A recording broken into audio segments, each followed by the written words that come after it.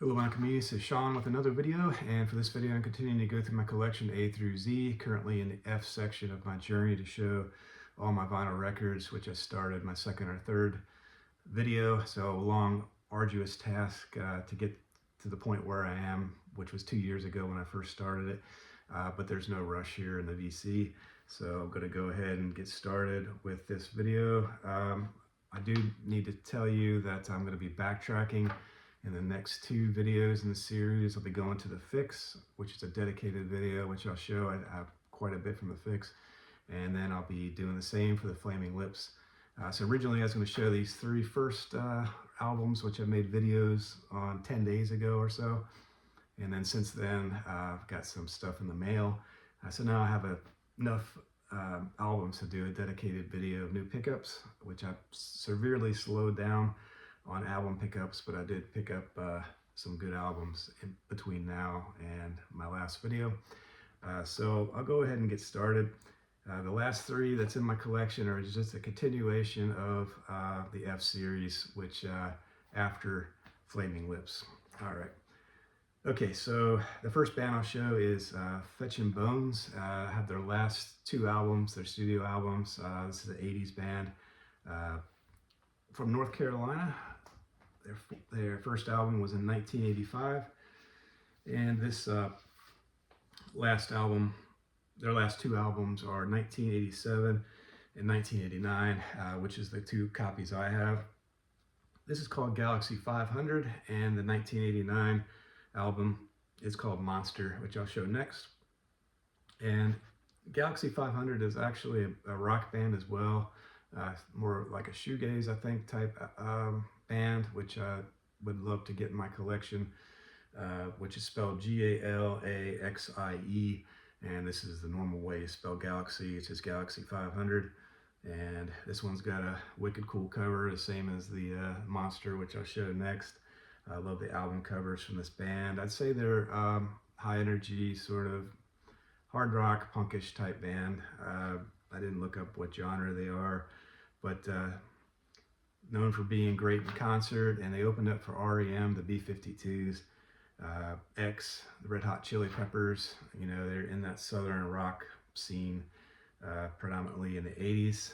Their first album was Cabin Flounder in 1985 on DB Records, and then they went to Capitol for the last three, which is Bad Pumpkin, Galaxy 500, and Monster. 19 songs on the CD version, essentially twice the length of this album version. I just realized that when I was researching for this video, and I meant to check what the price was for the CD version, because naturally I'd like to add the CD version for all the extra songs off this one. And I'd say out of all the Fetchin Bones songs that I've heard so far, my favorite is the last song off this album, which is called Binoculars. I just love that song. This one is ranked slightly higher than Monster. Monster's got some great songs as well, but this one edged it out. I just really love this particular album, produced by Don Dixon and Dana Pentris, Aaron Pitkin, Clyde Richardson, Hope Nichols, and Errol Stewart are the band members. And I don't even know if I showed the back yet, since I've redone this video 5 times now. But here's the back showing the band. Hope Nichols was the lead singer of two other bands, which is Snagglepuss and Sugar Smack, which I'd like to go down the avenue of researching those bands as well. So that's Fetchin Bones, Galaxy 500, really great album. Highly recommended if you like 80s alternative. So that's the first one. All right, and the second one I'll show here is Fetchin Bones Monster, and again with the great album artwork off this one. I think Ed from On My Turntable, he might have both the first two albums, Cabin Flounder and Bad Pumpkin, but I need to pick those two up. But this Fetchin Bones is got the song that introduced me to the band. Where I first heard the band was the song off this one, which is Love Crushing. I think it was on MTV. That's where I discovered the band, and then kind of backtracked in our catalog growing up from there. And the other great songs off this one are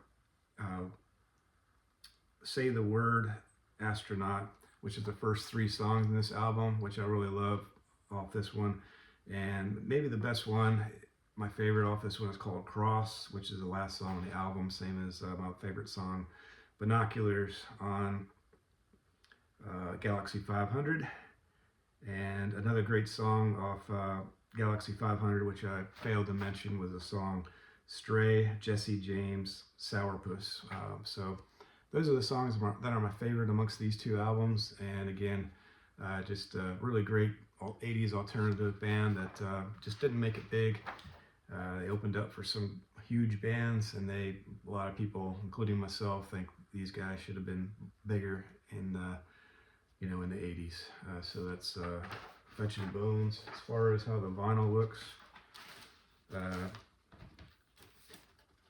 I think my favorite label of all time is this purple Capitol label, but there's an album in my collection that has the big Capitol on it, which is my favorite. It's got the little Capitol on top, yeah. And then I think, although this next one is Capitol as well, for some reason I think it's got an IRS label, I want to say. No, I'm an idiot. I'm wrong.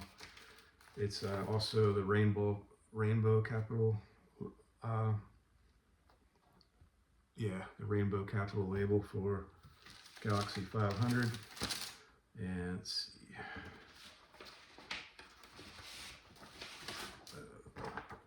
Original inner from Galaxy 500. It's just got the lyrics and Fetchin Bones in purple, kind of matching the theme of the album. Can't tell you what that is. Some sort of landscape abstract artwork on the other side of the sleeve. Yeah, so Fetchin Bones, recommend them if you don't know about them, to check them out. All right, and the next one is, I feel like I've shown this album as well in the past, and that's Fine Young Cannibals. They only have 2 records in their discography. This is their debut album. They're self-titled. And then The Raw and the Cooked, 1989. I think this is 1986, I want to say. And it's formed by the beat bassist David Steele and guitarist Andy Cox. And then they went on a singer search, and they came up with Roland Gift, which is a gift for the band because he's just a great singer. He's also an actor, great actor as well. And it's a travesty they only made 2 albums, just a great band. It's considered British pop rock, formed in Birmingham, UK in 1984. And this one has Johnny Come Home, which is, I would say, my favorite song off this one. And then also the Elvis cover, Suspicious Minds, which is also one of my favorites off this one. But also Time Isn't Kind and Move to Work are just great off this one, I would say. And Don't Ask Me to Choose. I think Don't Ask Me to Choose might edge out all the songs on this one. That might be my favorite. So yeah, The Raw and the Cook, for whatever reason, I haven't picked that one up yet. I would love to go ahead and get that one at some point, maybe in 2026. And yeah, so the European version, if you're in the UK watching this, you might have the cover with the red cover art, and the US version has the blue cover art. And yeah, I guess that's all the notes I made on Fine Young Cannibals, and that's number 3. All right, and the ones I'm gonna wing it, since I didn't make any notes, but you don't really need notes for Fleetwood Mac's Rumors. It's an essential album for me. I mean, I like Fleetwood Mac a lot, but they have a huge discography. I only have 1 album from them, but this is the essential one I wanted to pick up. I guess their most commercially successful, one of the best-selling albums of all time. And Go Your Own Way, Dreams, Don't Stop, and You Make Loving Fun on the hype sticker. #1 album of 1977, Grammy Award, Album of the Year, RIAA Diamond Award on the hype sticker. I don't really need to say much on Fleetwood Mac Rumors. It's been shown ad nauseum in the VC, I would say, but it's a great record. It's well deserved. And there's Fleetwood Mac. Apparently they were in a drug-induced state during much of this album, from what I've read, but got the creative juices flowing, and they made it just a classic album. And there's the band members. Always loved Christy McVie. There's Mick Fleetwood. I think he did most of the drugs in the band based on that picture. But yeah, so just a really classic album. And 1977, their 17th studio album, and You Make Loving Fun. Yeah, I mentioned that one on the hype sticker. So Fleetwood Mac Rumors.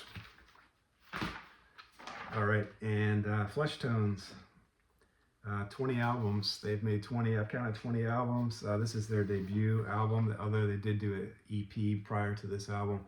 And this is called Roman Gods. And I'm going to say, 1980, is it? Formed in 1976 in Queens.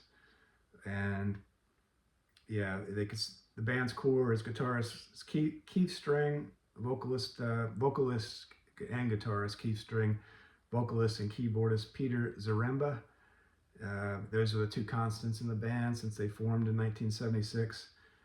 They're considered garage rock / punk. I don't think they're punk, but more garage rock in my opinion. Bill Heiser joined in 1980, bassist Ken Fox in 1990. And since 1990, the band has been pretty stable. And they just had a record, 2 years ago, called It's Getting Late, and more songs about werewolves. Was 2024 from this band. So they're still making a lot of great music, and they're on the Yep Rock label, which so is the Baseball Project and a lot of other great bands, which is I really like Yep Rock as a label. But this one is the one that's on the IRS label, and not Fetchin Bones, which I always like the IRS label as well, with the guy in the hat, like the X-Files alien hat. I don't know why I said that. But anyway, Fleshtones. I don't think I wrote down. Yeah, 1981. This originally came out in 1981. I love the artwork again on this one. And as far as the best songs, like I said, I didn't listen to it, which I always like to do when making these videos. Otherwise, I get tongue-tied, and I have to redo them because I don't know what the crap I'm saying. But anyway, yeah, Fleshtones, Roman Gods. I'll listen to this after I get back from vacation and show it on another video, maybe. I don't know. All right, and I showed this album in the past in the new pickups, and that's Ben Folds Slayer. This is an autographed limited edition copy, and it only came out with just this sleeve, and it's on a Coke, I think they call it Coke bottle clear vinyl, which is nice. For whatever reason though, the clear albums for colored vinyl are my least favorite. I like any other color for vinyl records. Clear is my least favorite. But nevertheless, pretty unique that it's signed. I don't know how many he signed, and I'm sure but each signature is different. I did read that each signature is different. I bought this on a Whatnot auction. He was selling it for right at $15. It was like super cheap, and I'm glad I picked it up. I've always been a fan of Ben Folds 5. And like I said, I think I showed this on a new new pickup video in December. Yeah, so there's the Christmas song, and We Could Have This is the two releases off this one. And if memory serves me correct, I think the really good song is the second one I mentioned. And we could have this. It features Lindsay Kraft, which she's also an actress, and she's also plays piano. Very talented lady with a great voice off this one. And yeah, just a fun record. There's some weird songs off here. I remember that one song in particular I couldn't stand. It was very uniquely bad, but I wish I would have listened to this one. I would have known exactly which one to tell you. But yeah, just definitely a great album to have. So yeah, Ben Folds, I grew up, well, I mean, it came out in 2001, so not really grew up, but I discovered Ben Folds with Ben Folds 5 in 1995. But I had the album Rockin' the Suburbs, which is a great album, the first solo album from Ben Folds. And he also got songs for Silverman, Way to Normal, What Matters Most, which is in 2023, and then this particular album, 2024, for Ben Folds 5, the self-titled Whatever and Ever Amen, which I remember I had that growing up as well, which is great. The unauthorized biography of Reinhold Messner, and The Sound of the Life of the Mind in 2012. So he's got quite a good catalog behind him. And Walking His Dog There in the Snow, and Slayer is the name, which is a pretty clever pun on words. I'm sure he probably, knowing Ben Folds, he thought it would sound cool if he named his album Slayer, just because of the band Slayer. I'm pretty sure he probably, anyway, yeah, so Coke bottle clear vinyl, one-time pressing. Happy to add it in my collection for a cheap price. All right, so that's the end of this video. If you watched this far, I appreciate it. Any thumbs up are appreciated. Any comments are appreciated. We'll respond to all comments, and we'll see you in the next video. Thank you.